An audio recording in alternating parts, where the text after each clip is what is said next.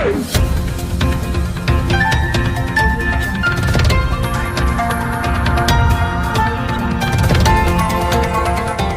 देख रहे हैं मगरा न्यूज राजस्थान, खबरें सबसे तेज। 15,000 से कम कमाने वाले लोगों को मोदी सरकार का बड़ा तोहफा, खाते में पहुंचेगी ज्यादा सैलरी। कम आय वाले लोगों के लिए मोदी सरकार ने एक बड़ा तोहफा दिया है। आत्मनिर्भर भारत योजना के तहत मोदी सरकार ने कहा है कि 1 अक्टूबर 2020 से 30 जून 2021 तक कंपनियों और अन्य इकाइयों द्वारा रखे जाने वाले नए कर्मचारियों के लिए 2 साल तक रिटायरमेंट फंड में सरकार अंशदान देगी। सरकार की तरफ से ये फंड कर्मचारी और नियोक्ता की तरफ से यहाँ पर होगा। वही इसका मतलब यह है कि तय अवधि के बीच कम सैलरी पर नियुक्ति पर सरकार अब कर्मचारियों को 12% और नियोक्तों को यहाँ पर 12% भविष्य निधि कोष यानी EPF का बोझ सरकार खुद उठाएगी। बुधवार को ही सरकार ने कैबिनेट बैठक में आत्मनिर्भर भारत योजना को मंजूरी दी है। वही केंद्र सरकार द्वारा इस योजना पर 22,810 करोड़ रुपए खर्च सरकार करेगी। वही योजना से 58 लाख से ज्यादा कर्मचारियों को इससे फायदा होने का अनुमान जताया जा रहा है। वही सरकार के इस फैसले से हर महीने 15,000 रुपए या इससे कम सैलरी पाने वाले कर्मचारियों को फायदा होगा। इसके दायरे में केवल वही कर्मचारी आएंगे जो 1 अक्टूबर 2020 से पहले किसी कर्मचारी भविष्य संगठन यानी EPFO से संबंध संस्थान में नौकरी नहीं कर रहे थे। उनके पास यूनिवर्सल अकाउंट यानी UN अकाउंट नहीं है। इसके अलावा उन लोगों को भी इस योजना का लाभ मिलेगा जिनके पास UN अकाउंट है और 15,000 रुपए से कम मासिक सैलरी है, लेकिन 1 मार्च 2020 से 30 सितंबर 2020 के बीच कोविड-19 महामारी के दौर में नौकरी चली गई हो और उसके बाद EPFO से जुड़े किसी संस्थान में नौकरी ना की हो।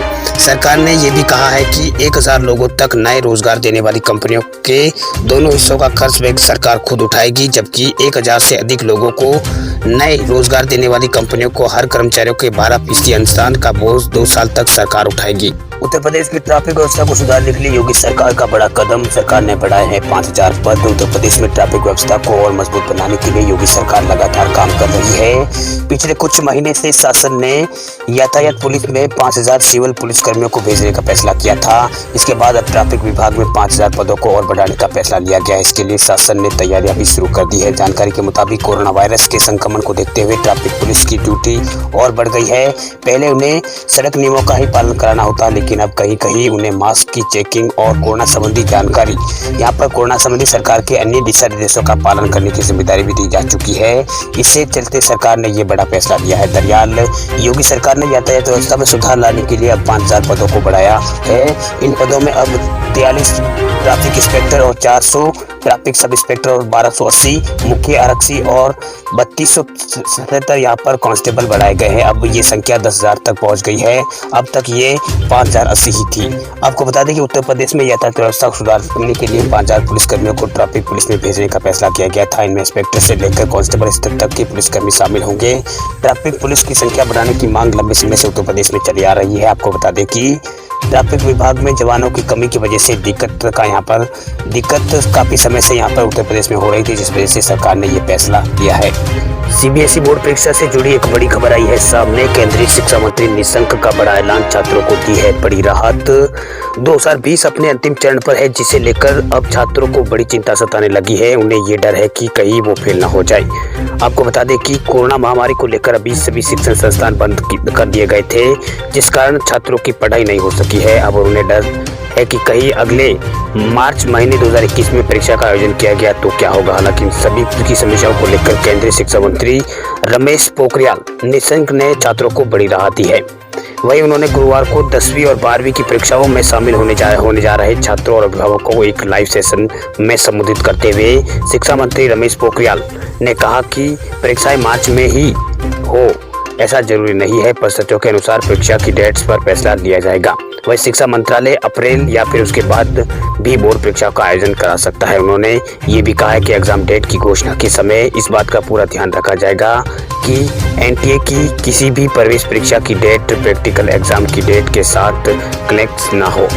वही विद्यार्थियों को इस वर्ष घटे हुए सिलेबस पर आयोजित ये परीक्षा होनी है। वही छात्रों को हुए पढ़ाई के नुकसान के चलते बोर्ड ने इस वर्ष सिलेबस को पहले ही कम कर दिया। आपको बता दें कि शिक्षा मंत्री ने NTA से भी इस वर्ष में JEE मेन और NEET 2021 परीक्षाओं के लिए सिलेबस कम करने के लिए कहा है। आपको बता दें कि हाल में ही सीबीएसई ने प्राइवेट स्टूडेंटों के लिए एप्लीकेशन का लिंक दोबारा एक्टिव किया था। जो छात्र अपना एप्लीकेशन दर्ज कर चुके हैं उनके लिए भी फॉर्म करेक्शन का लिंक 10 दिसंबर को खुल गया है। वह 14 दिसंबर तक उपलब्ध रहेगा। फॉर्म कनेक्शन के लिए छात्र आधिकारिक वेबसाइट cbse.nsc.in पर विजिट कर सकते हैं। आरबीआई का ऐलान, सोमवार से आरटीजीएस सर्विस होगी 24 घंटे और 7 दिन उपलब्ध। भारतीय रिजर्व बैंक ने घोषणा की है कि 14 दिसंबर 2020 से देश में real time gross settlement service पूरे देश में यहां पर पूरे साल 24 घंटे और 7 दिन काम करना शुरू कर देगा। इसके बाद भारत उन चुनिंदा देशों में शामिल हो जाएगा जहां पर सुविधा दिन रात काम करती है। ये सेवा 13 दिसंबर को रात में 12:30 बजे से यहाँ पर सुलभ हो जाएगी। वही अंतर्राष्ट्रीय मानकों के हिसाब से रात 12 बजे के बाद अगली तारीख शुरू हो जाती है। इसलिए माना जाएगा कि भारत में ये प्रणाली 14 दिसंबर से पूरे समय के लिए काम करने वाली प्रणाली बनेगी।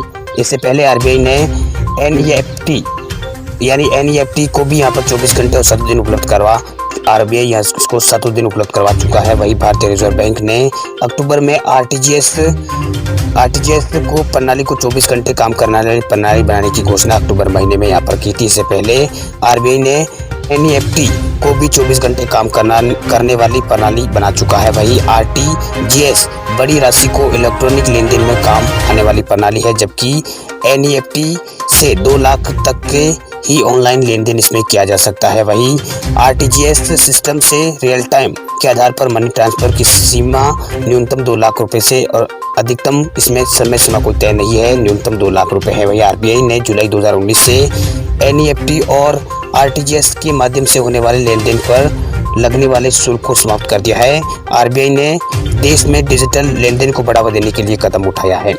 वही आरटीजीएस की शुरुआत 26 मार्च 2004 को शुरू हुई थी। तब सिर्फ 4 बैंक ही इसमें भुगतान की सुविधा देते थे। वर्तमान में आरटीजीएस से रोजाना 6.35 लाख के लेन देन होते हैं। देश में करीब 237 बैंक इस प्रणाली के माध्यम से 4.17 लाख करोड़ रुपए के लेन देन प्रतिदिन पूरा करते हैं। नवंबर में आरटीजीएस से औसत 57.96 लाख रुपए के लेन देन इसमें किया गया था, जो कि इस वास्तव में बड़ी राशि के लेन देन के लिए उपयोगी यहाँ पर बनता हुआ दिख रहा है। भारत इंग्लैंड सीरीज के कार्यक्रमों का हुआ है ऐलान। सिर्फ 3 स्टेडियमों में होंगे टेस्ट, ओडीआई और टी20 सीरीज। भारत और इंग्लैंड के बीच अगले साल होने वाले टेस्ट, टी20 और वनडे सीरीज के कार्यक्रमों का ऐलान हो गया है। भारतीय क्रिकेट कंट्रोल बोर्ड यानी बीसीसीआई ने गुरुवार को यहाँ पर इंग्लैंड के भारत दौरे के कार्यक्रमों का अंतिम मोहर इसमें लगा दी है। वही दोनों देशों के बीच 5 फरवरी से पहला टेस्ट मैच के साथ यहाँ पर सीरीज की शुरुआत होगी। 4 टेस्ट मैचों के बाद 5 मैचों की टी20 सीरीज, फिर आखिर में 3 वनडे मैच की सीरीज यहाँ पर खेली जाएगी। वही कोरोना वायरस को ध्यान में रखते हुए बीसीसीआई ने तीनों सीरीज सिर्फ 3 वैल्यू तक ही से सीमित रखा है। टेस्ट सीरीज का पहले 2 मैच यहाँ पर चेन्नई के यहाँ पर चिदम्बरम स्टेडियम में खेले जाएंगे। वही डे नाइट टेस्ट समेत आखिरी 2 मैच अहमदाबाद में बने दुनिया के सबसे बड़े क्रिकेट स्टेडियम मोटेरा स्टेडियम में खेले जाएंगे। वही 12 मार्च से 5 मैचों की टी20 सीरीज की शुरुआत होगी, जिसके बाद सभी मैच मोटेरा स्टेडियम में ही टी20 के खेले जाएंगे। इसी तरह 23 मार्च को शुरू होने वाले वनडे सीरीज के तीनों मैच पुणे में यहाँ पर खेले जाएंगे। वही बीसीसीआई की ओर से जारी बयान में कहा गया कि England and Wales cricket board के साथ मिलकर दोनों टीमों के खिलाड़ियों की सुरक्षा और स्वास्थ्य को ध्यान में रखा गया है और इसलिए इस दौरे को सिर्फ 3 वेन्यू तक ही सीमित रखा गया है। बीच सचिव जेसा ने यहाँ पर कहा है कि बीसीसीआई और ईसीबी की मेडिकल टीमों की ओर से तय प्रोटोकॉल को पूरी तरह से पालन किया जाएगा। वही जो टेस्ट सीरीज का कार्यक्रम है, जो पहला टेस्ट चेन्नई में खेला जाएगा, वो खेला जाएगा 5 से 9 फरवरी के बीच। वही दूसरा टेस्ट मैच भी चेन्नई में खेला जाएगा 13 से 17 के बीच, 17 फरवरी के बीच। वही तीसरा टेस्ट यहाँ पर अहमदाबाद के मोटेरा स्टेडियम में खेला जाएगा, ये डे नाइट टेस्ट होगा, ये 24 से 28 फरवरी के बीच खेला जाएगा। वही चौथा टेस्ट अहमदाबाद में ही खेला जाएगा, वो खेला जाएगा 4 से 8 मार्च के बीच, ये भी डे नाइट टेस्ट होगा। इसके अलावा टी20 सीरीज के कार्यक्रमों का भी ऐलान कर दिया गया है। टी20 सीरीज के सभी मैच अहमदाबाद के मोटेरा स्टेडियम में ही खेले जाएंगे। पहला टी20 मैच 12 मार्च को खेला जाएगा, दूसरा टी20 14 मार्च को, तीसरा टी20 मैच 16 मार्च को और चौथा 18 को और 5वां टी20 मैच 20 मार्च को खेला जाएगा। वही वनडे सीरीज की बात करें तो वनडे सीरीज के सभी मैच पुणे में खेले जाएंगे। पहला वनडे 23 मार्च को खेला जाएगा, दूसरा 26 मार्च को और तीसरा 28 मार्च को खेला जाएगा। अब एक नजर डालें देश भर के कोरोना आंकड़ों पर, तो देश में कोरोना की रफ्तार अब धीमी पड़ चुकी है। पिछले 24 घंटों में भारत में आए हैं 31,521 नए कोरोना के केस, 412 लोगों की इस दौरान 24 घंटों में हुई है मौत। तो देश में कोरोना वायरस की रफ्तार अब धीमी पड़ने लगी है। तेजी से नीचे जाते कोरोना ग्राफ से यहाँ पर राहत जरूर लोगों को दी है, लेकिन संकट अभी कम नहीं हुआ है। स्वास्थ्य मंत्रालय की ओर से जारी किए गए ताजा आंकड़ों के मुताबिक पिछले 24 घंटों में कोविड-19 संक्रमण के भारत में 31,521 नए मामले सामने आए हैं। वहीं पिछले 24 घंटों के अंदर 412 लोगों की इस दौरान 24 घंटों के अंदर देश में मौत हुई है। वहीं यहाँ कुल संक्रमितों की संख्या भारत में 57,77,321 पहुंच चुकी है। वहीं केंद्रीय स्वास्थ्य मंत्रालय की ओर से जारी किए गए आंकड़ों के अनुसार देश में अब तक 92,53,306 लोग रिकवर हो चुके हैं, जबकि इस समय 3,72,293 यहाँ पर फिलहाल एक्टिव केस बताए जा रहे हैं। फिलहाल 24 घंटों में हुई मौतों के बाद देश में मृतकों की संख्या बढ़कर भी अब 1,41,712 हो चुकी है।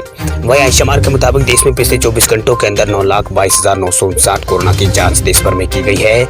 वहीं राजधानी दिल्ली में बुधवार को कोरोना के कुल 2463 नए मरीज सामने आए हैं। 50 लोगों की इस दौरान मौत हुई है। दिल्ली में नए मरीज आने के बाद कोरोना संक्रमितों की कुल संख्या यहाँ पर 5,99,575 हो गई है। इनमें 20,526 मरीजों का इलाज चल रहा है फिलहाल, जबकि 5,69,216 लोग ठीक हो चुके हैं। संक्रमण से जान गंवाने वालों की संख्या अब 9,813 दिल्ली में हो चुकी है। वही बात करें अब महाराष्ट्र राज्य की, तो महाराष्ट्र में पिछले 24 घंटों के अंदर 4,983 नए केस सामने हैं, जबकि इस दौरान 75 लोगों की मौत हुई है। नए केस सामने आने के बाद राज्य में कुल संक्रमितों की संख्या 18,64,384 यहाँ पर हो गई है। महाराष्ट्र में अभी भी 73,167 मरीजों का इलाज चल रहा है। वही बात करें अब मध्य प्रदेश की, तो मध्य प्रदेश में पिछले 24 घंटों के अंदर 1,272 नए मामले सामने आए। इसी के साथ राज्य में कुल कोरोना संक्रमितों की संख्या यहाँ पर 2,18,574 हो गई है। वही मृतकों की संख्या यहाँ पर 3,067 हो गई है। मध्य प्रदेश के एक स्वास्थ्य अधिकारी ने बताया कि पिछले 24 घंटों के दौरान प्रदेश में कोरोना वायरस संक्रमण के इंदौर में 4 और भोपाल में 2 लोगों की मौत हुई है।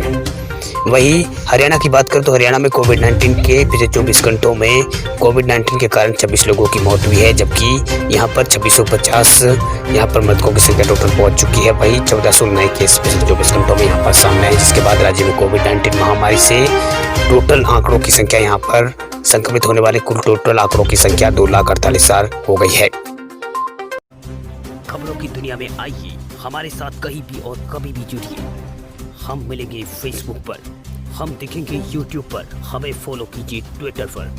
देश प्रदेश की ताजा तरीन खबरों के लिए मगरा न्यूज राजस्थान के यूट्यूब चैनल को सब्सक्राइब कीजिए और साथ में घंटी का निशान दबाइए।